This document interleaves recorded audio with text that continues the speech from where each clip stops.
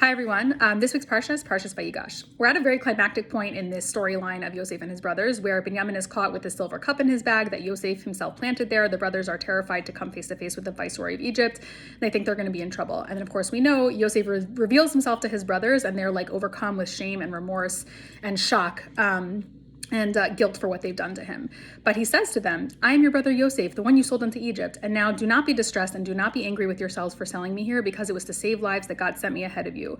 God sent me ahead of you to preserve for you a remnant on earth and to save your lives by a great deliverance. So then it was not you who sent me here, but God. He made me father to Paro, lord of his entire household and ruler of all of Egypt.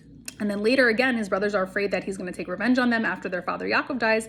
And he again reassures them, don't be afraid. Am I in the place of God? You intended to harm me, but God intended it for good to accomplish what is now being done, the saving of many lives.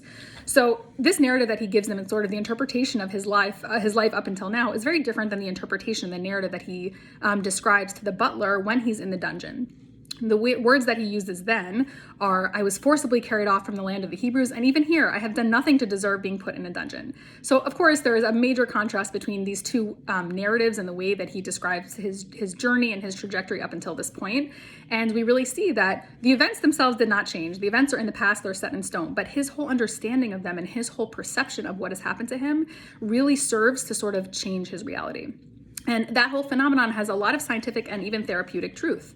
In 2008, PubMed published an article titled Retrieval of Emotional Memories. And what this article describes is the enormous power that emotions have on memories, not only when the memory is stored. So when the event happens, whatever emotion we're feeling at that point, of course, will color the memory itself. But also when we sort of take out this memory later and look it over and recall it, even if it's 10 years down the line, the emotions that we feel at the time of recall will also color that memory when we sort of like put it back into our minds. And anybody who's seen the Pixar movie Inside Out will be somewhat aware of this phenomenon. And of course, this is what trauma therapy is totally predicated on, right? It asks the client to recall very painful memories while they are currently in a state of safety and calm to sort of diminish the negative power that these tremendously hurtful, traumatic memories have over them. So the second difference between his narratives, aside from just the positive and the negative, is that how he describes himself and his role in these events that have happened to him. In the first one, he almost like negates his humanity altogether. It almost doesn't matter who he is. He's sort of just like an object thrown here and there against his will. He says, I was carried off. I have done nothing. He almost like takes himself out of the picture and he's not an active participant. In the second one, he sounds very positive. He's purposeful. He has like owned his positive role in everything. He says, I am Yosef. I have saved lives. I have preserved for you a remnant on earth. So he really fills out his role. He's proud of his accomplishments. He understands that he has done something significant and affected positive change in Mitzrayim.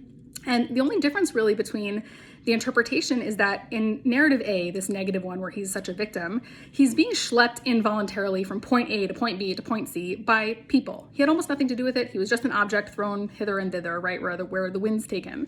And in the second one, he's still brought from point A to point B to point C, but this time he understands that it's really by Hashem. And the thing we can take away is that when we understand that God is the one that orchestrates everything, it doesn't diminish our humanity. It doesn't diminish the role that we play. It in fact highlights it. He's still able to recognize his role, his accomplishments.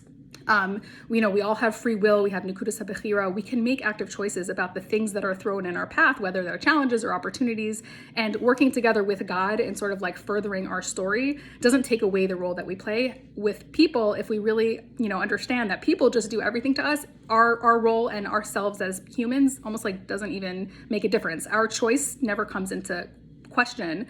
It never comes into play when we're thinking just people do all these things to us. So the third difference in the role in the narratives, that he describes, not only is his role, but the role of the people around him. So in the first one, he says, I have been carried off. I have done nothing. Everyone around him is sort of aggressors. People have done this to me. I'm a victim. They are the ones that have like done all of this. And in the second one, he's really able to sort of let his brothers off the hook a little bit. He's able to sort of, it sounds like, forgive them a little bit. He's very understanding of them. And he even has the wherewithal to sort of support them and reassure them. He says, "It was not you who sent me here, but God. Don't be afraid." So again, understanding that God is really the one that orchestrates everything, and that people don't have to volunteer to be the ones to do things to us or to do bad to us, but that the journeys that we're on are really orchestrated by God, allows us to put into perspective and into context the role that other people play. It allows us to sort of downplay and understand the reality of what other people do, which is limited, right? There's nothing that people can do to us that God does not ultimately want to happen. So he's really able to do that in the second narrative. Once things have sort of resolved, he's risen to power, he's not in the dungeon anymore, and he's able to be very understanding of his brothers and sort of like diminish, their shame and like how much they've done to him.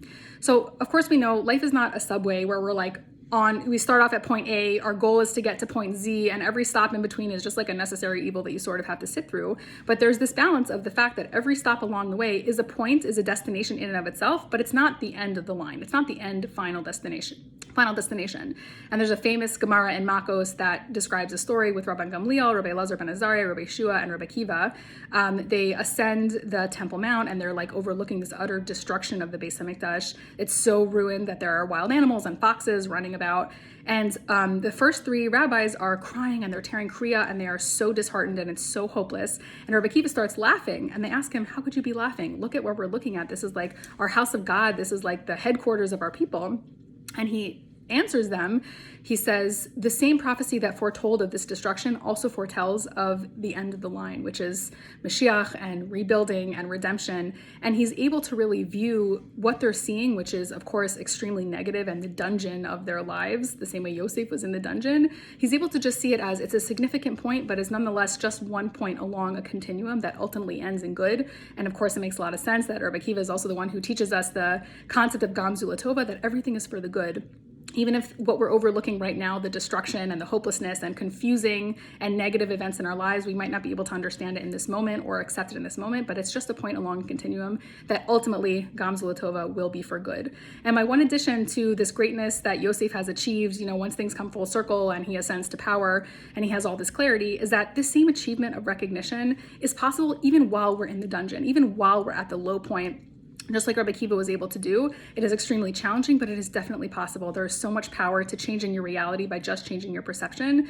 And we can never overlook the how much we can really alter by placing God in his rightful place as orchestrator of everything, understanding the context and the role that other people play and how limited it really is, and being able to change our realities. Good Shabbos.